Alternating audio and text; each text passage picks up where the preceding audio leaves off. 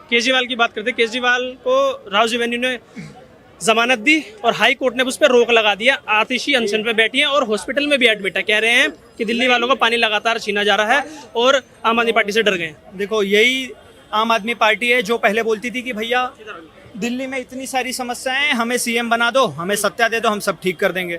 सत्ता दे दिया, उसके बाद क्या मिला? बाबा जी का ठुल्लू। उसके बाद क्या बोलते थे कि अरे बीजेपी बैठी है एमसीडी में तो हम काम नहीं कर पा रहे, हमारे हाथ में एमसीडी दे दो, हम सब सही कर देंगे। एमसीडी भी दे दिया, उसके बाद क्या मिला? बाबा जी का ठुल्लू। क्या किया इन्होंने? सिर्फ और सिर्फ किस चीज पे फोकस किया? फ्री बिजली दे दो, फ्री पानी दे दो, भले वो पानी अच्छी ना हो, भले वो बिजली टाइम टू टाइम ना आती हो, फ्री बस कर दो, फ्री मोहल्ला क्लिनिक खोल दो जिसमें गाय भैंस जाके मूत रही है, फ्री ठेका दे दो, सबके लिए एक पे एक दारू फ्री कर दो। इन्होंने सिर्फ ये फ्री फ्री फ्री फ्री वाली रेवड़ी चलाया और उसमें फ्री फ्री देते देते क्या किया? एक पर्टिकुलर कम्युनिटी को बढ़ा दिया, पूरे बॉर्डर पे घेर के बसा दिया, हमारे जैसे लोगों को छोड़ दिया कि भैया तुम जाओ अपना देख लो, हम तुम्हारे हितैषी नहीं है। पानी सरकार दिल्ली में आपकी है, जल मंत्री आतिशी मारलेना है जो लेनिन और कार्ल मार्क्स की बेटी है। उसके बाद हर चीज मुख्यमंत्री इनका अरविंद केजरीवाल है, सारे नेता इनके हैं, सारा सिस्टम इनके हाथ में। लेकिन ये नारा किस पे दे रहे हैं कि भैया राजस्थान पानी नहीं दे रहा, बीजेपी हमें काम नहीं करने दे रही।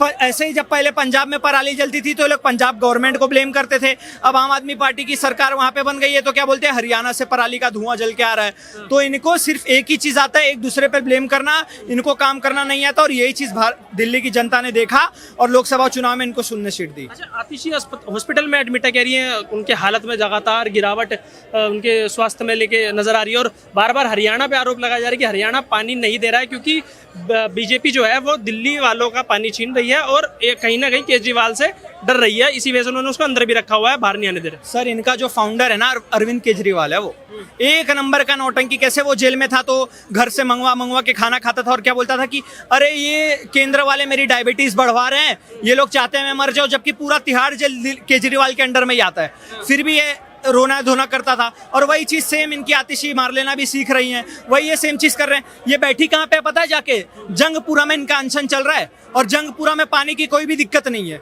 और जहाँ पे पानी की समस्या है वहां इनको जाना नहीं है।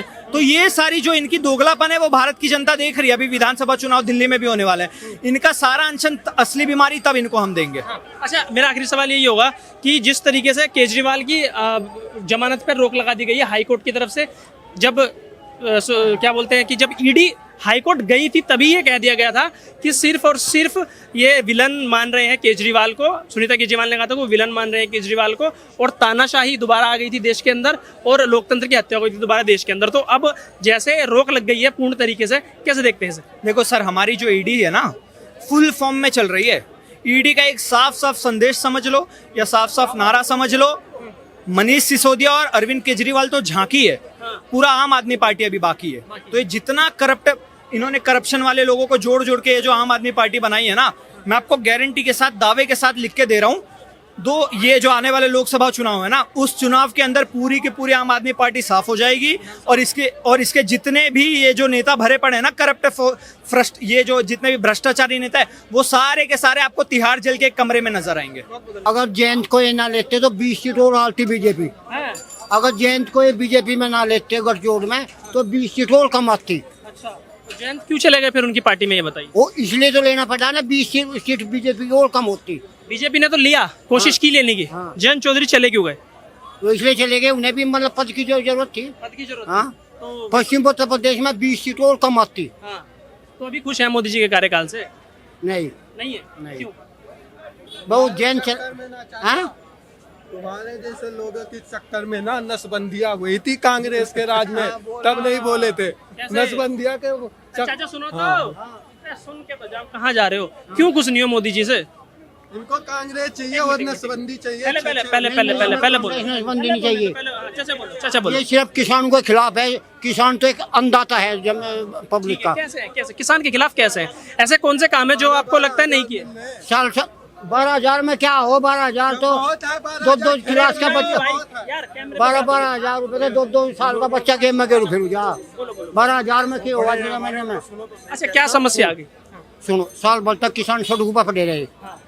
ये कहते कि उन्हें आतंकवादी थे, अलगाववादी थे। अगर वे आतंकवादी थे उन्हें बंद करते, उनकी इंक्वायरी करते कि ये आतंकवादी है। क्या किसान आंदोलन की बात कर रहे हैं। किसानों से इतनी एलर्जी है ना, किसानों से इतनी एलर्जी है ना। और उसी किसान का बेटा भी इन्होंने अपने उसमें लेकर चुनाव लड़ा। तो किसान का बेटा गया क्यों? मैं ये समझना चाह रहा हूँ, वो किसान का बेटा गया क्यों? जबरदस्ती तो लेके नहीं गए। नहीं, वो तो बात सही है, वो भी उसकी जरूरत होगी, वो लेकर गया। अच्छा, किसान आंदोलन की बात कर रहे हैं। नहीं, मैं ये जरूर कहता, अगर जैन, मैं इतना पढ़ा लिखा नहीं थोड़ा हूँ, अगर जैन बीजेपी मनाता तो 20 सीट और कम आती बीजेपी। हाँ, और बात समझ, तो 20 सीट इंडिया गठबंधन की बढ़ जाती। राहुल गांधी को देखते हैं प्रधानमंत्री। क्यों, उसमें क्या कमी है? आप बताओ। नहीं, क्या नहीं नहीं सुनो, मैं बताता हूँ क्या कमी है। क्या कमी है इसमें? बताओ, आप बताओ, क्वालिटी बताओ।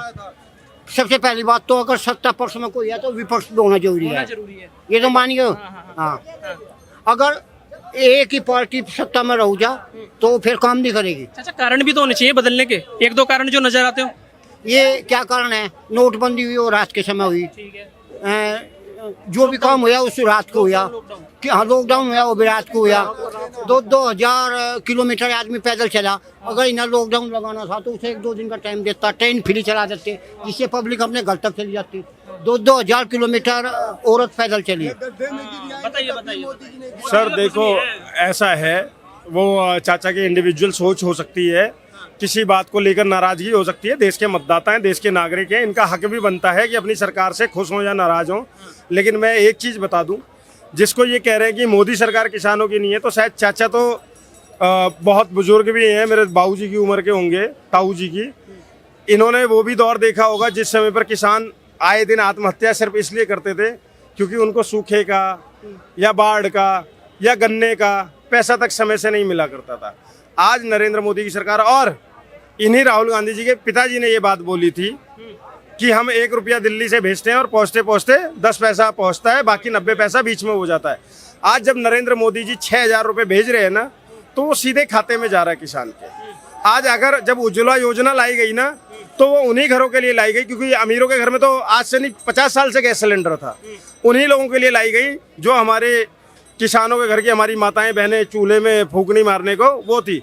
और उन्हें आज भी सब्सिडी में 600 रुपये का ही सिलेंडर दिया जा रहा है, कोई नहीं बढ़ाया गया, 600 का ही। तो इस बात को इन लोगों को समझने की बहुत ज़रूरत है कि क्या आपके सच में हित में है और क्या आपको झूठ बोलकर बरगलाया जा रहा है। मैं चाचा से एक चीज़ बहुत सिंपल सा पूछ लेता हूँ। जब चाचा कहते हैं किसानों वाली बात, किसान हमारे देश का अन्नदाता है, इसमें कोई दायरा, चाचा सुन तो लो, किसान हमारा अन्नदाता है, हमें इसमें कोई भी शिकायत नहीं, हम मानते भी हैं। और हमारी सेना में भी तो उसी किसान के बच्चे जा रहे हैं ना, हमारी पुलिस में भी तो उसी किसान के बच्चे जा रहे हैं ना, किसी पूंजीपति के तो नहीं जा रहे। लेकिन आप बताइए, क्या कोई किसान अपने बच्चे को ट्रैक्टर के नीचे रौंद देगा? वो किसान कहलाएगा? आप बताइए। पुलिस वाले को जो ट्रैक्टर के नीचे रौंदा था, या फिर क्या हमारे लाल बहादुर शास्त्री जी ने एक नारा दिया था, जय जवान जय किसान। क्या कोई जवान या कोई किसान, क्योंकि किसान धरती माता से प्यार करता है, अपने तिरंगे को लाल किले से उतार के फेंक के पैरों में डाल देगा क्या? आप समझिए इस बात को, तो उस चीज को समझिए। रोकने के लिए क्यों रोका गया? जब किसान बन गए दिल्ली आना चाह रहे थे तो उसको बॉर्डर पे क्यों रोका गया था? क्या कारण था उसको रोकने का? वो आता तो अपना हक मांगता, आने के लिए देना चाहिए था ना। हाँ, कारण सुन लो। सुनो, जो लखीमपुर में 4 किसान गाड़ी नीचे रोने गए थे, क्या किसान के बेटे नहीं थे? हल पूछे उनके ऊपर केस चल रहा है, उनका केस चल रहा है। चाचा केस चल रहा है, उनपे एक सेकंड, केस चल रहा है और उनको सजा होनी चाहिए। उनपे केस चल रहा है। नहीं, क्या किसान के किसान बेटे परिवार से आते हैं, हम कोई पूंजीपति नहीं है, हम भी किसान परिवार से आते हैं, उत्तर प्रदेश के। कब तक चलता रहेगा ये केस? कब तक चलता रहेगा? ये केस कब तक चलता रहेगा? ये अब कोई होता तो तुरंत जो है ये उसको जो है फांसी दे दे, उसको मैं तुरंत फांसी दे दे। अरेस्ट कहाँ हुआ अब तक? अरेस्ट कहाँ किया उसको? भी पंजाब के किसानों ने प्रोटेस्ट करा था, पता होगा सबको, किया था वो पंजाब। तो उन पंजाब के किसानों की मांगे क्या थी पता है? उसमें से एक मांग क्या थी कि जिन्होंने उपद्रव मचाया दिल्ली में, जिन्होंने ट्रैक्टर चढ़ाए, उनके केस वापस ले लो। ये सही मांग थी उनकी? एक मिनट से नहीं, वो नहीं सही नहीं मानते हैं। उपद्रव जो मचाया तो उपद्रव बचाया तो उसको तो मैं जो अगर वो गैर कानूनी तरीके से वो कर रहा है तो वो तो उपद्रवी हो गया। इसीलिए दिल्ली में नहीं आने दे रहे, क्योंकि उपद्रव मचाएंगे। अगर नहीं, लाल किले से तिरंगा उतार के फेंक दिया था साहब। जब आने दिया ना दिल्ली में, जब आने दिया दिल्ली में तो लाल किले से तिरंगा उतार के फेंक दिया, इसलिए दूसरी बार नहीं आने दिया। अराजकता फैलाने के लिए नहीं। आप आंदोलन करिए, आए दिन जंतर मंतर पे आंदोलन होते हैं यार, आए दिन। कौन इतने सवाल करता है? और आप लोगों की याददाश्त इतनी कमजोर है क्या? आज आप लोग कहते हो कि आने नहीं दिया, आने नहीं दिया। आप मुझे वो भी तो दिन बताइए, इसी रामलीला मैदान में बाबा रामदेव जब आंदोलन कर रहे थे, रात को पुलिस भेजकर उनको पिटवाया गया और गंदे तरीके से पिटवाया गया। अगर वो सलवार पहन के नहीं भागते तो शायद हमारे बीच में ना होते। तब तो आप लोग चुप थे, मुंह पर दही जमी हुई थी। देखिए, इन्होंने जो काम किया है ना, ये बोल रहे हैं, भैया 1 मिनट आ जाओ। इन्होंने जो बोल रहे हैं कि मैं शांतिपूर्वक से आना चाहूँ ना, भैया जो कहे तुम शांतिपूर्वक से आओ पर रहो। अगर तुम दंगा करोगे या शोर मचाओगे तो कोई नहीं आने देगा। जो 2.5 लाख का ट्रैक्टर हो और 3 लाख की अगर सजावट हो तो उन्हें किसान मानोगे? क्या मानोगे आप, बताइए ना। और हमारे गांव में चले जाओ, किसानी में एक ट्रैक्टर पे इतनी सजावट नहीं, 2.5 लाख का ट्रैक्टर इतना बम्पर है जो साला तुम ऊपर चढ़ा दोगे। इतना हैवी नहीं है किसान। ये किसान नहीं थे ये लोग, ये पंजाब के। अगर ये चाहते, उनकी ये मांगती थी कि हमें अलग इससे कर दिया जाए, खालिस्तानी से अलग कर दिया जाए, ये हम नहीं ना चाहते ना। इनकी ये मांगे थी। इस सरकार ने जो किया सही किया था, उनको नहीं आने दिया, वो सही किया था। और वो इन्होंने, जब 28 जनवरी को जब यही लाल किला आपके पीछे, जब यही पंजाब वालों ने एक तिरंगे का अपमान किया था, वही तिरंगे का जो तिरंगा झंडा उतार दिया गया, अपने खालिस्तानी का झंडा लगाने की गया। वहाँ के प्रशासन ने नहीं रोका ना।